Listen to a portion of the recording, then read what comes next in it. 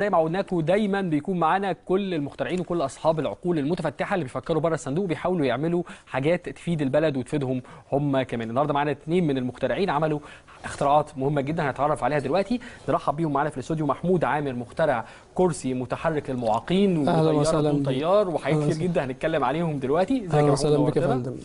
ويوسف هاني مخترع ريبوت لانقاذ الاحياء من بين الانقاض. ازيك يا يوسف؟ انت صغير قوي يا يوسف. مساء الخير عليكم، طبعا منورنا محمود ويوسف. بس هنبدا معاك يا محمود، خلينا نعرف قصتك بقى مع الاختراعات وازاي بدات. والله قصتي بادئه من بعد ما اتولدت تقريبا. اول ما اتعلمت يعني طبعا اول ما شفت الدنيا بدات لقيت عندي انتماء غريب للكهرباء والميكانيكا. انتماء غريب جدا، فبدات بقى اشتغل على الانتماء اللي انا الانتماء اللي قدامي دوت. بدات اجيب مواتير وسوق الخردة، دايما لازم أنا اروح سوق الخردة اجيب حاجات، علشان طبعا ما كانش معايا فلوس ان انا اجيب حاجات جديده، فكنت بلجأ للسوق الخردة ده. كنت بجيب مواتير واقعد اعمل العاب الاطفال اللي انا بستخدمها، بدل ما كنتش بشتريها. بتفككها؟ لا ما كنتش بشتريها، كنت انا بعملها على ايدي. حلو جدا. بدات معايا الفكره بكده، فبعدين طبعا قعدت اطور لغايه ما ربنا كرمني، والحمد لله بقيت متعلق بالميكانيكا والكهرباء جامد جدا وشاطر فيهم جدا جدا جدا. فجيت بعد ما خلصت الجامعه عندي جامعه الازهر، بدات افكر بقى. كان طبعا الثوره، انا مخلص في 2012. حلو قوي. الثوره بقى طبعا قلت لازما نعمل حاجه نزق البلد بقى لقدام. ففكرت بقى في موضوع الطياره اللي هي الطياره العموديه، قلت نقدمها طياره بدون طيار. بدون طيار وبطيار. خدت التجربه على المرحلتين في نفس النموذج كان بطيار وجربته وتغلب على وزنه، ورجعت جربته تاني عملت عليه برضه تجربه بدون طيار وتغلب على وزنه. هنتكلم اكتر يا محمود عن اختراعاتك وناخدها واحده واحده، بس نروح يوسف. يوسف انت عندك كام سنه؟ عندي 15. 15 سنه ما شاء الله. يوسف طب قول لي بقى، انت يعني بدات اختراعات زي انت لسه صغير برضه وعامل اختراع ما شاء الله مهم يعني. بدات المشوار كله بلمبه، حطيتها في بطاريه نورت، فكان اي حاجه بعد كده بسلكتين. انت بتتكلم على مشروعك ولا انت في البدايه اصلا؟ في البدايه خالص. تمام كويس. كنت احط اي سلكتين في بطاريه الاقيها مثلا بتطلع حاجه، يعني الموتور كان بيطلع حركه. كان في حاجات تانية احطها في سلكتين ما تجيبش نتيجه. فعرفت بقى من ساعتها ان ده يعني ده ليه الخاصيه بتاعته كده، او اللي هيطلعه كده. بس فيعني فتحت يعني النت بقى وشفت ايه الجديد وكده. بس فتوصلت ان انا عملت روبوت استكشافي بيخش تحت بقايا الهدم. هنتكلم عنه بالتفصيل بقى. بيخش تحت بقايا الهدم عشان يستكشف لنا الضحايا او الاحياء اللي جوه، وياخد المقاسات من جوه ويشوف لنا طريقه ازاي نخش عشان ننقذ اللي جوه. تمام جدا. طيب محمود، عايزين نتكلم قبل ما نخش على تفاصيل يا يوسف على الجهاز الروبوت اللي معانا دلوقتي. خلينا نتكلم على الكرسي المتحرك اللي طبعا هيفيد ناس كتير جدا، وهيفيد كمان الناس اللي هم البسطاء اللي مش عندهم اصلا فلوس ان هم يجيبوا الكرسي المتحرك ده. حضرتك هي سبب الفكره اللي انت قلتيه في الاخر ده، الناس البسطاء. لان صاحب اللي اتعمل له الكرسي كان بني ادم معاق، بس هو كان اعاقته زايده بحيث انه ما بيقدرش يمشيه بايده. الكرسي اصلا يدوي، فحب يجيب كرسي من اللي هو الجاهز اللي هو بشحن وبطاريه، لقاه غالي بيعدي 12 و14 الف. فقلت له خلاص ما تعملش هم المشكله دي خالص، وعملت له الكرسي زي ما انتم شايفينه على الفيديو موجود.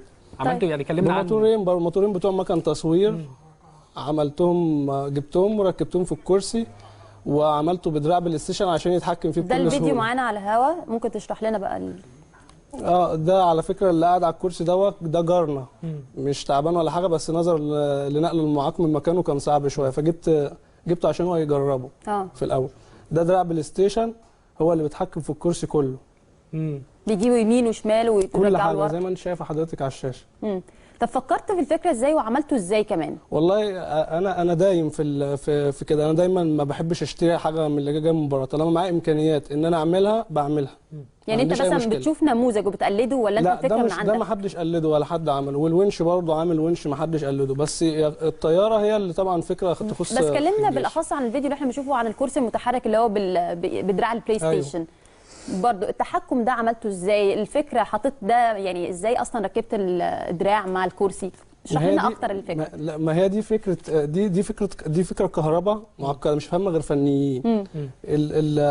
الدراع البلاي ستيشن ده عادي بيدي نبضات، فانا خدتها حولتها لطريقه ميكانيكيه، انه يتحرك، يجي يمشي يمين عجله تقف وعجله ثانيه تشتغل والعكس.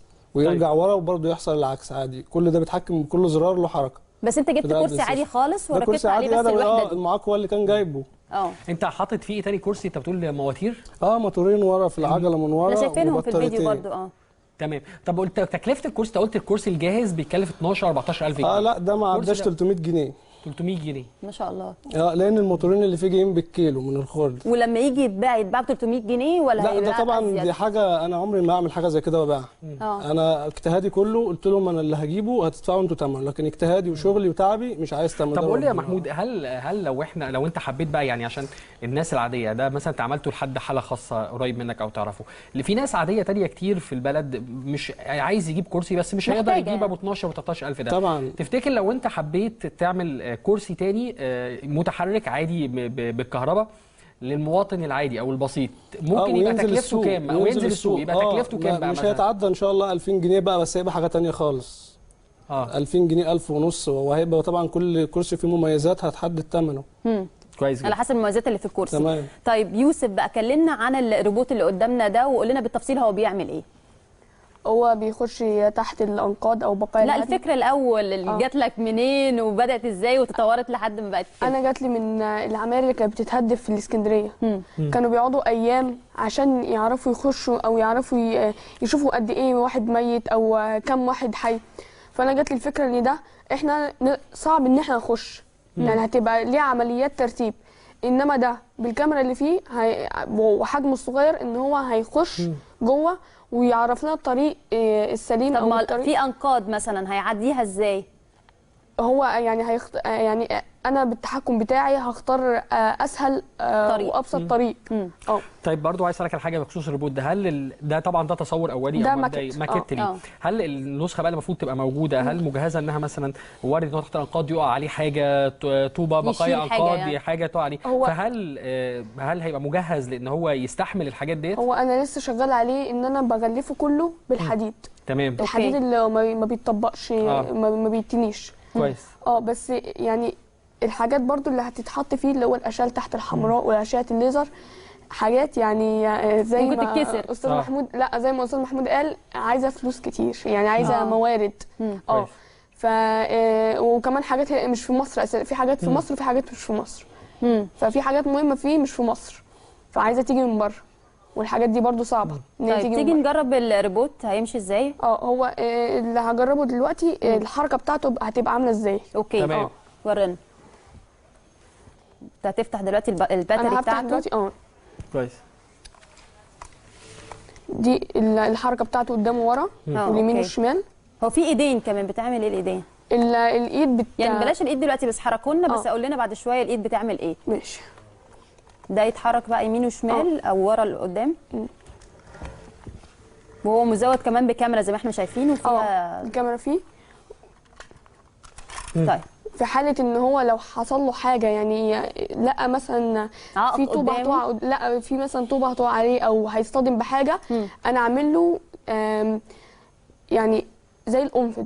لما يحس مثلا ان في خايف ولا حاجه بيروح فارد الشغل بتاعه منكمش وفارد الريش بتاعه ويحمي نفسه. اوكي. فده هيروح الايد داخله لجوه والكاميرا نازله لتحت والعجل هيخش كده عشان ما يتعرضش لاصابه. يبقى قدامي قطعه حديد، مربع حديد. يعني كل الاجزاء دي بتخش جوه قطعه الحديد دي، يخش جوه زي السلحفاه. تمام. حلو جدا. طب قول لنا كل الحاجات اللي فيه دي ايه فايدتها اصلا؟ يعني انت في كاميرا طبعا عشان تشوف اللي بيحصل جوه. طب والايد دي فيها ايه؟ الايد عشان لو في مثلا طوبه قدامه، عائق قدامه، يروح شايله وحاطه على جنب عشان يعرف يكمل مسيرته، لان مفيش طريق. بس الايد دي مش كافيه انها تشيل لو طوبه. لا يعني هو في اللي هو النموذج اللي هو الاصلي. الايد هتبقى طبعا حديد ومصنوعه من ماده من الحديد. هتبقى اكبر من كده ولا في نفس الحجم؟ لا انا عايزه تبقى في نفس الحجم عشان يبقى سهل ان هو يخش. طيب ما تورينا الايد كده تتحرك ازاي؟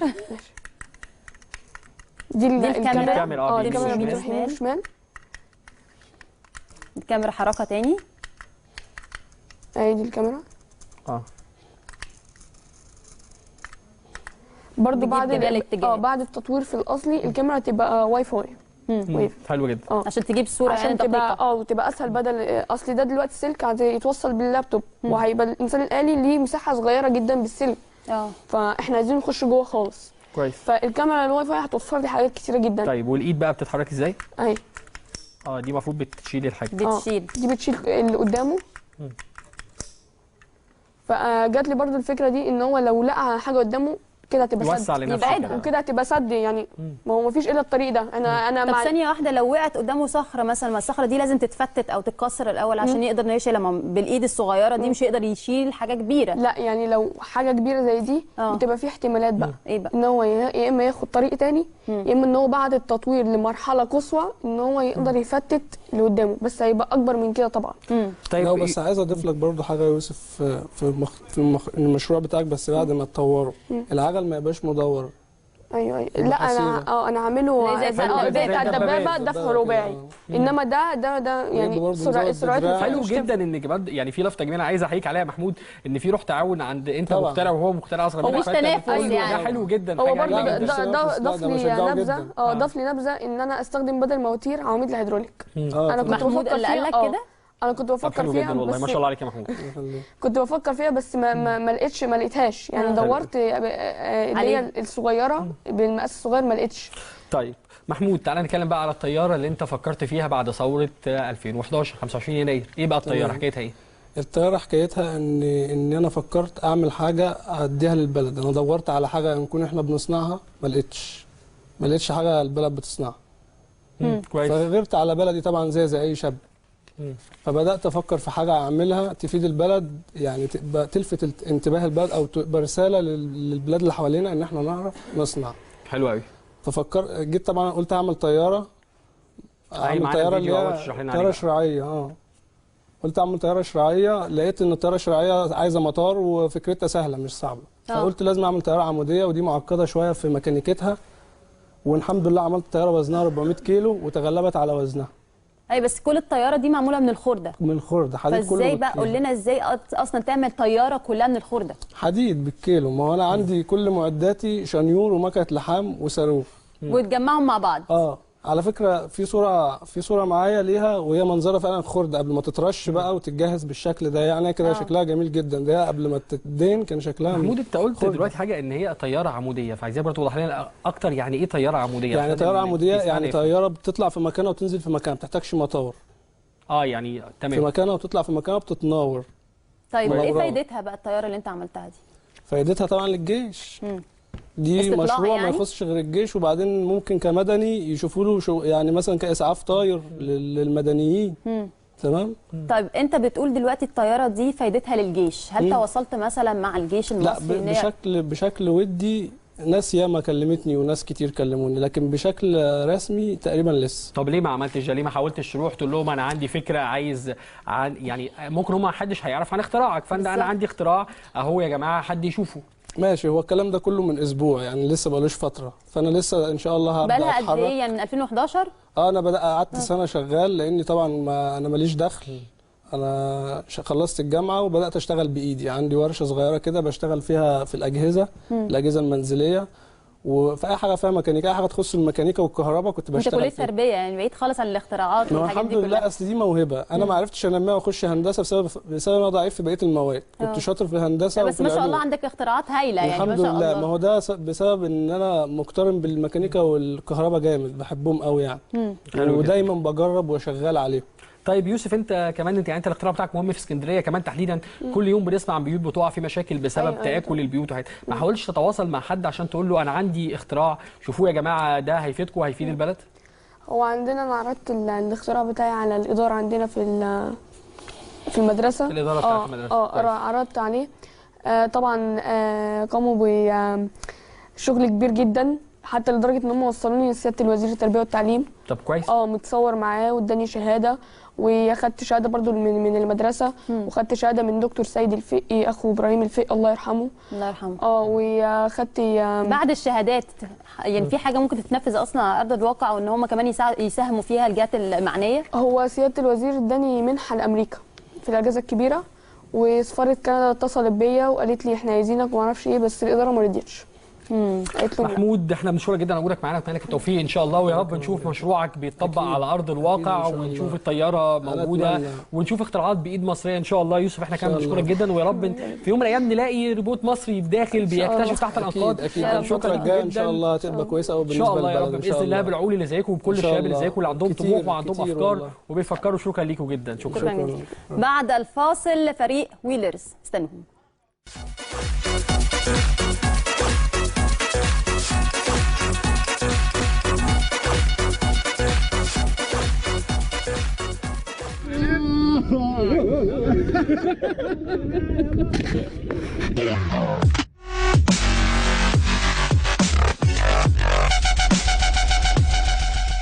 فريق ويلرز للدراجات الهوائية هو مجموعة من الشباب المهتم بنشر الوعي بين أفراد المجتمع بأهمية رياضة ركوب الدراجات وممارستها، وأيضا استخدامها كوسيلة مواصلات لتساعد على الحد من التلوث البيئي وتحسين السيولة المرورية في المدن المزدحمة. اضغط على نفسك يا والي. فبدأوا نشاطهم منذ عام تقريبا، وقاموا بالعديد من الجولات بمحافظة القاهرة. وآخر